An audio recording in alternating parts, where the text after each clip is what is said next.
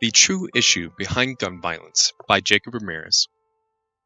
Gun violence is a huge problem in the United States, with hundreds of thousands of deaths amounting from not enough control on all types of guns.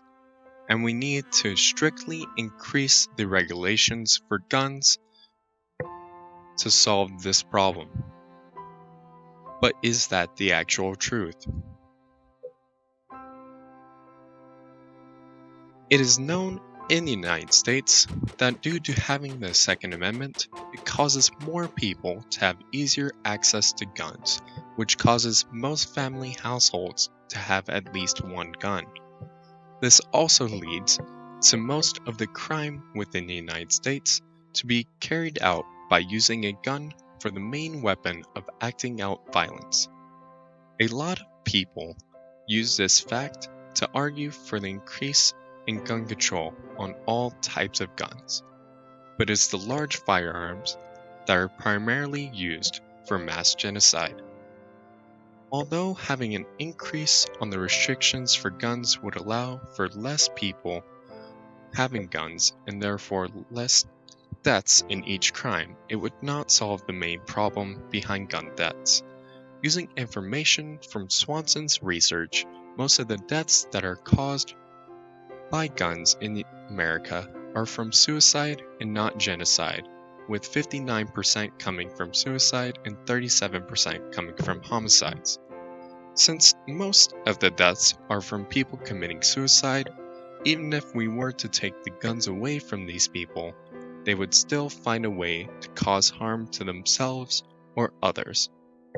This is supported by the study done by Kleck in 2019, where he studied the relationship between the amount of violence in a certain area and how it was affected when they took the guns away from the most violent age group, but the crime rate stayed relatively the same. Which brings me to the point that instead of increasing gun control, we should focus on mental health situations of these individuals. If we were to keep on focusing on increasing gun control as the main problem for gun violence, then that would only attempt to solve 37% of gun-related crimes in America. We would still have hundreds of thousands of deaths still coming from suicide from the same people that you took the guns away from by increasing gun regulations. What does this mean for you? Well, this means that although you could increase gun control to decrease the amount of deaths in each crime, we should really focus on helping the people that seem to be in mental or physical distress around us. How can you do this? You can speak and be friendly to the people around you.